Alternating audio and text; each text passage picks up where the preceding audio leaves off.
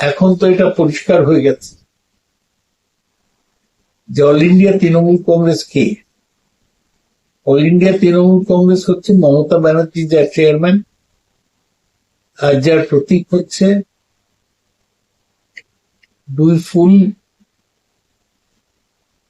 ফুল এক পাতা, যার লক্ষ্য হচ্ছে বিজেপিকে হারানো। 20 জন এমপি যারা তৃণমূলের প্রতীকে জিতেছিল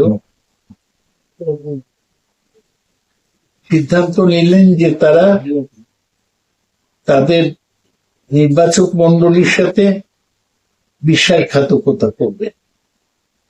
তারা এমন একটা পার্টিতে যোগদান করলেন বেআইনি ভাবে, এবং তাদের সমর্থন নরেন্দ্র মোদীর নেতৃত্বে এনডিএর প্রতি দিলেন। এই পার্টির লোকেরা ভোট দিয়েছিল তৃণমূল কংগ্রেস, আর ওরা যোগদান করলেন অপরিচিত একটা পার্টি। তাদের অনেকে ব্যঙ্গ করে বলছেন জনতা কংগ্রেস পার্টি। সুতরাং মানুষ বিচার করবে। আমরা গতকালই এইসব জানিয়ে একটা চিঠি দিয়েছিলাম, সেটা আগেই লেখা, এবং আমরা তাতে দাবি করেছিলাম